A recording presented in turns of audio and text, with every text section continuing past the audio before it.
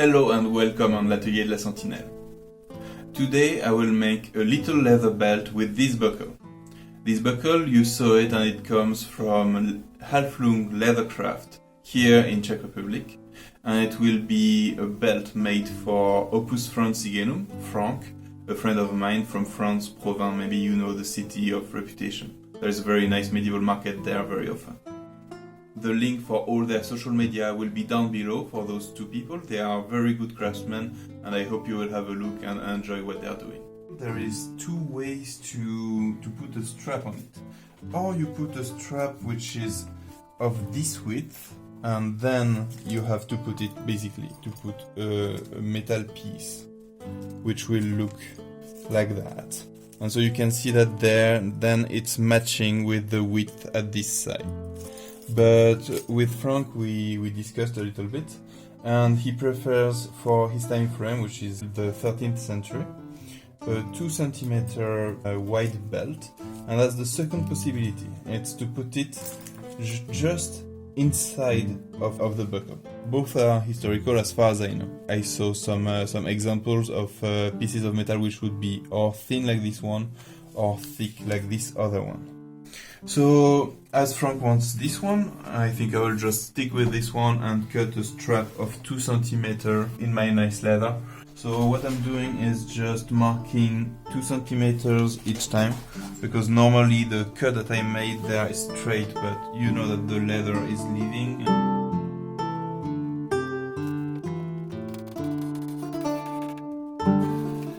So now we have a length of leather. And there is a lot of things to do to it. So first I will take my metal, because Frank asked me for a belt of a length of 1.40 m. So as you can see, the end there is not really nice and it's not really great either on this side, so I'll just cut the end out.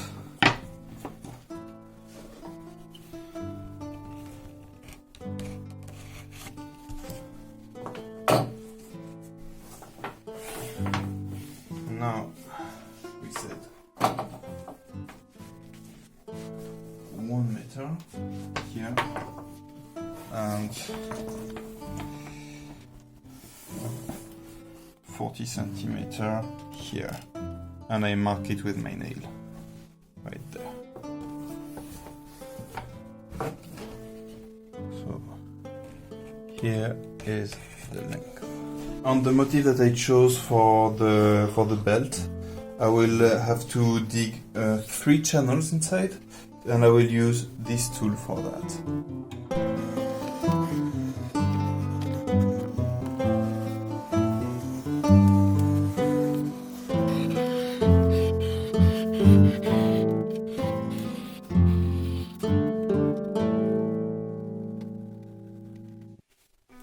So in order to make the coloration, I will use just a red leather dye with an alcohol base. So what I will do is very simple. I will dip it into there.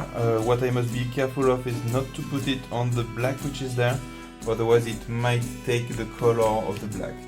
So I will just dip it little by little, slowly into the recipient. I'll put a lot of red on my fingers, that's not a big problem. Maybe you should wear gloves, don't do like me. You know, safety procedures and so on.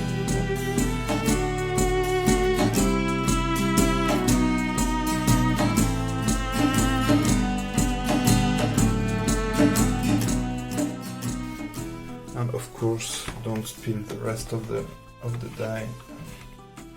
Put it straight back to the bottom.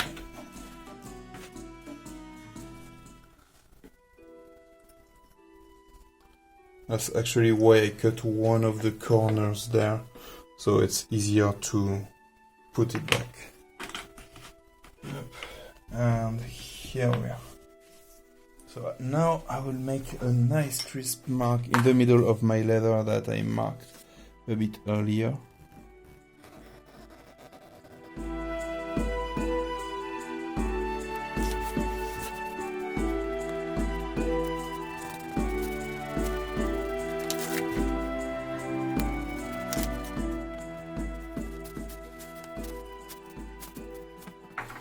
So I'm trying to reproduce a nice drawing that I saw on a belt in one of the surviving examples. So in order to do that, I will use some of my stamps which are there. To make them at a regular pace, I will just use the end of this stick, put a little mark each time. I'll make one line go out like that, and then 3 points as on the original one, and then from the middle here one line go like that, and then 3 points again, and from there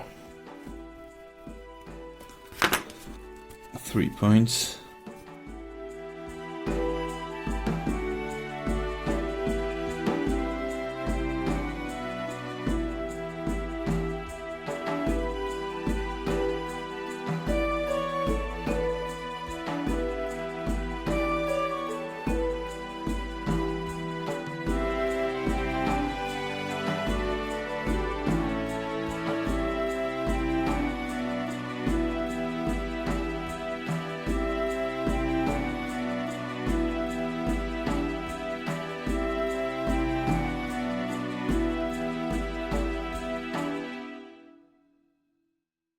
And now I change myself and we are in another workshop and we will work on the metal part of the belt. I will cut the strap end of the belt and I will carve it so it will look really nice. What I will do is take off this band that I will use later on another project, cut this one and use this long part there to make the two sides of the same of the stem strap end. I calculated the length between there and there, so I should have the same amount there.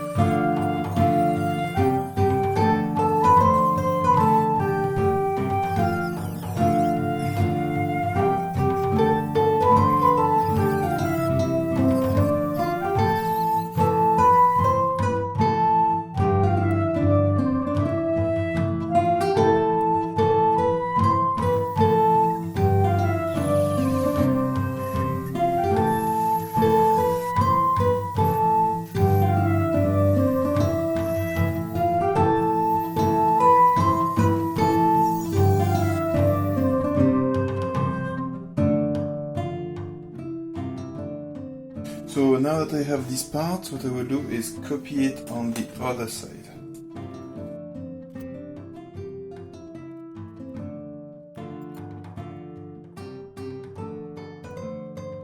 I drew the other part on it, and I will cut it the same way. I will draw on it the same shape as on the other one, because Frank wants to have a decoration on both sides.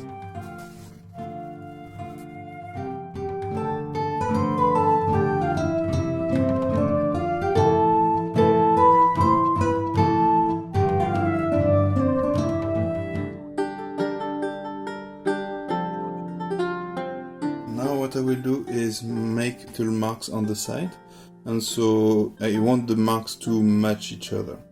So in order to do that, I will cut it through both plates at the same time.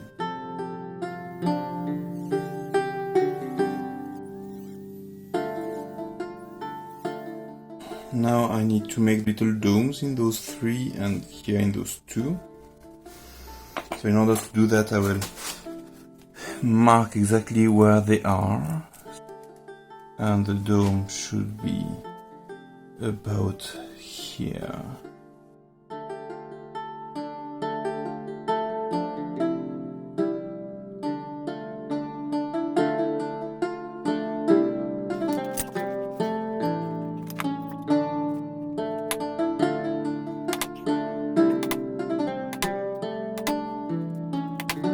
Now I have this little 3D mark, and I will come with the counter dome, which is hollow here, to mark the dome better.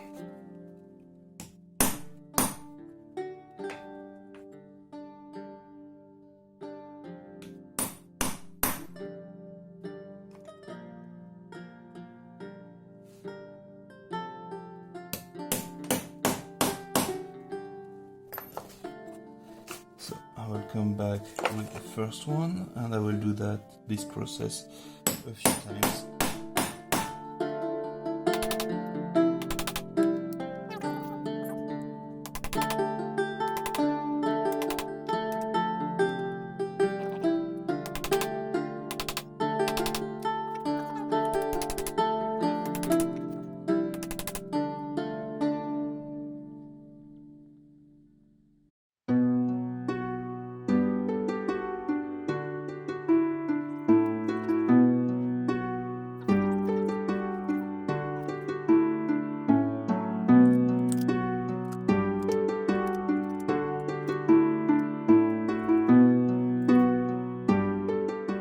Fold that to get a good idea of what it will look like in the end.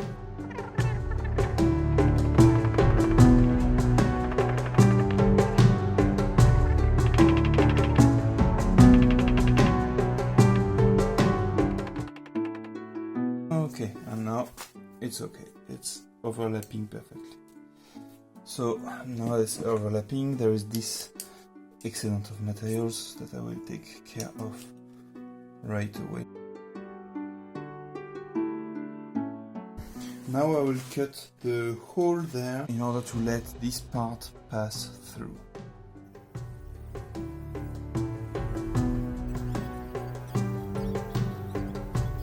Oh, I can see it's a little bit tight, so I will modify it and I come back to you when it will be opened a little bit more.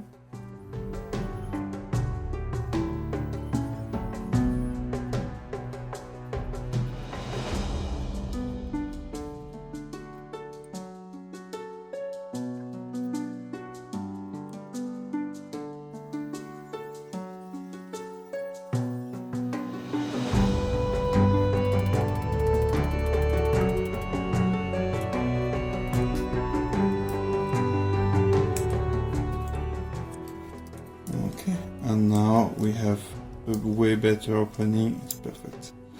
This way he will be able to open his belt without problem.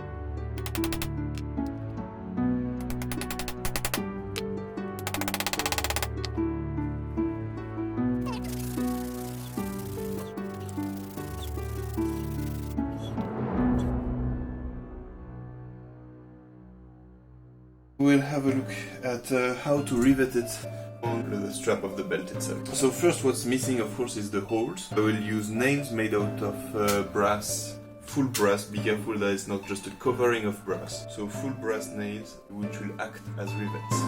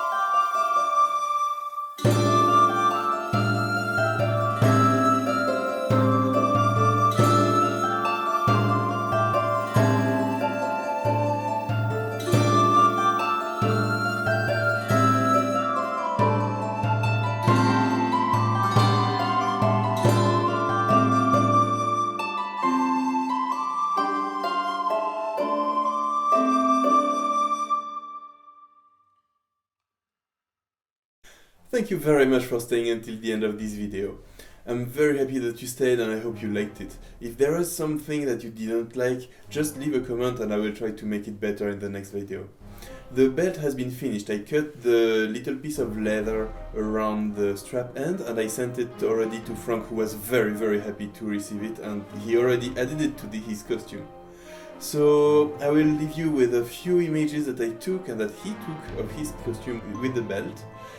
And in the meantime, I encourage you to like this video if you liked it, or subscribe to the channel if you want to see more medieval content, or even follow us on social media where we post pictures or stories about what we do related to the medieval topic.